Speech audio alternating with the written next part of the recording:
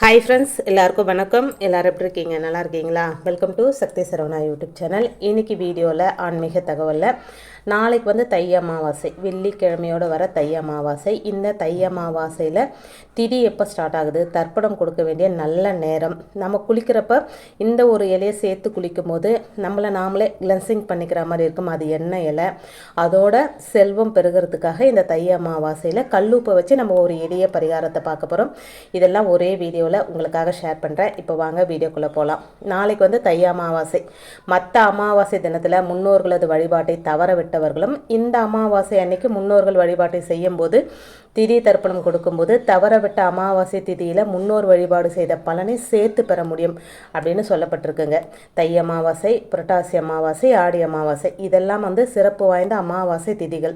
நாளைக்கு தை அமாவாசை திதி பிறக்கக்கூடிய நேரம் என்ன, எந்த நேரத்தில் திதி தர்ப்பணம் கொடுக்கணும், முன்னோர்களுக்கு படையல் எந்த நேரத்தில் போடணும், நாளைய தினம் முன்னோர்களோட ஆசீர்வாதத்தை பெற, முன்னோர்களுடைய சாபம் விலக தலைக்கு குளிக்கும் தண்ணீரில் எந்த பொருளை போடுவது, இந்த கேள்விகளுக்கு உண்டான பதிலை இந்த வீடியோவில் முழுமையாக பார்க்கலாம் வாங்க.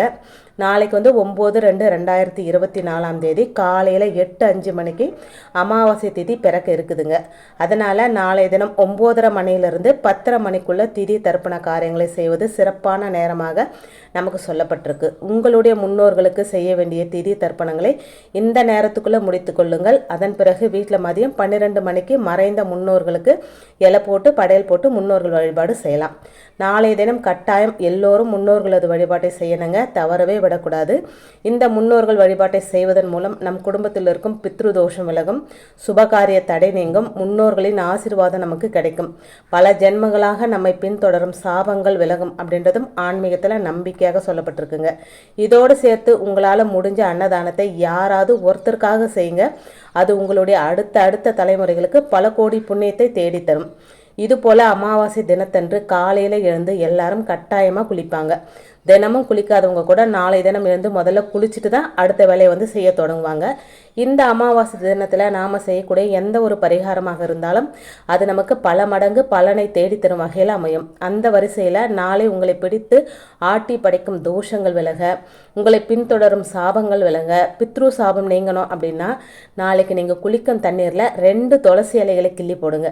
துளசி இலை சேர்த்த தண்ணீரில் நாளைக்கு தலைக்கு குளிக்கும்போது உங்களை நீங்களே கிளென்சிங் செஞ்சுக்கலாங்க. அதாவது சுத்தப்படுத்திக்க போகிறீங்க. சோப்பு போட்டு குளிக்கிற சுத்தம் இல்லைங்க, அது கண்ணுக்கு தெரியாத நம்ம பிடிச்சிருக்கும் கஷ்டங்களை சுத்தம் செய்யக்கூடிய வேலையை இந்த துளசி இலையானது பார்த்துக்கொள்ளும்.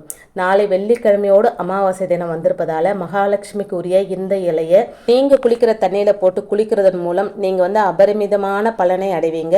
உங்களை பிடித்த பீடையெல்லாம் அன்றோடு நீங்கிவிடும். நம்பிக்கை இருக்கிறவங்க நம்பிக்கையோடு இந்த வழிபாட்டு முறை பின்பற்றி நல்ல பலனை அடையுங்க.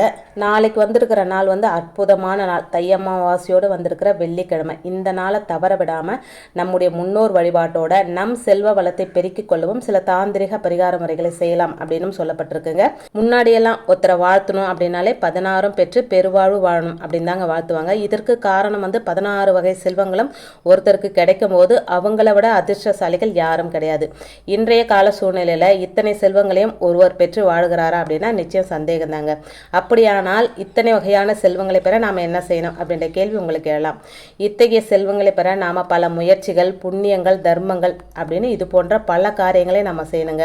அதோடு சேர்த்து இந்த ஒரு பரிகாரத்தையும் செஞ்சால் இத்தனை செல்வங்கள் கிடைத்தால் ஒருவரின் வாழ்க்கை எவ்வளவு மகிழ்ச்சியாகவும் சந்தோஷமாகவும் இருக்குமோ அதை பெறலாம் அப்படின்னு சொல்லப்பட்டிருக்குங்க.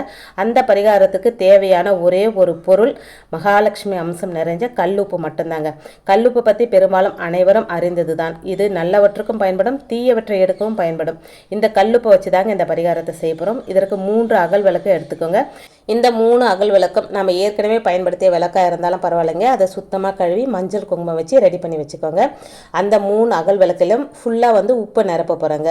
முழுவதுமாக கல் உப்பை நிரப்பிட்டு இதுக்கு புதுசாக வாங்கின உப்பு தாங்க பயன்படுத்தணும். உங்களுக்கு முடியும் அப்படின்னா நீங்கள் காலையில் கூட போயிட்டு வாங்கிட்டு பயன்படுத்தலாம். அப்படி உங்களுக்கு முடியாத சூழ்நிலைன்னா முன்னாடியே கூட வாங்கி வச்சுருக்கலாம். அதாவது முழுசாக இருக்கிற கல் உப்பு பேக்கெட் ஏற்கனவே நம்ம பயன்படுத்திட்டு இருக்கோம் இல்லைங்களா, அந்த உப்பை பயன்படுத்தக்கூடாது. இப்போ இந்த இந்த கல்லுப்பு வந்து உங்கள் வீட்டில் 3 இடத்துல வைக்கணும். ஒன்று வந்து உங்களுடைய ஹாலில் வைக்கணும், அதாவது வரவேற்பு அறையில். இன்னொன்று வந்து உங்கள் பாத்ரூமில் வைக்கணும். மூன்றாவதாக வந்து நிலைவாசலுக்கு வெளியே வைக்கணுங்க. அதாவது வீட்டுக்குள்ளே வரும்போது இந்த கல்லுப்பை பார்த்துட்டு தான் நம்ம வரணும். இது போல் வச்சுடுங்க. 3 நாட்கள் கழித்து இந்த கல்லுப்பை எடுத்து தண்ணீரில் கரைச்சிடுங்க. இந்த அகல் விளக்கை வந்து பத்திரப்படுத்தி வச்சுக்கோங்க. இந்த கல்லுப்பு பரிகாரமானது நம் வீட்டில் இருக்கும் கண் திருஷ்டி, தீய சக்திகள், எதிர்மறை ஆற்றல் அனைத்தையும் வெளியேற்றி வீட்டுக்குள்ளே நல்ல ஆற்றலையும் லக்ஷ்மி கடாட்சத்தையும் ஏற்படுத்தும் அப்படின்னு சொல்லப்படுதுங்க. தீய ஆற்றல் வெளியேறி நல்ல ஆற்றல் வீட்டுக்குள் நுழைந்தாலே நன்மைகள் ஒவ்வொன்றாக தானாக நடக்க ஆரம்பிச்சிடுங்க. அதுலேயும் கல்லுப்பு தாயாரோட அனுகிரகம் பெற்றது. இதை வச்சு செய்யப்படும் இந்த பரிகாரத்தின் மூலம் நம்முடைய வீட்டின் செல்வ வளம் அதிகரிக்கும் அப்படின்னு சொல்லப்படுதுங்க. மேலும் மகிழ்ச்சியுடன் வாழக்கூடிய சூழ்நிலையும் ஏற்படுத்தும் அப்படின்னு சொல்லப்படுதுங்க.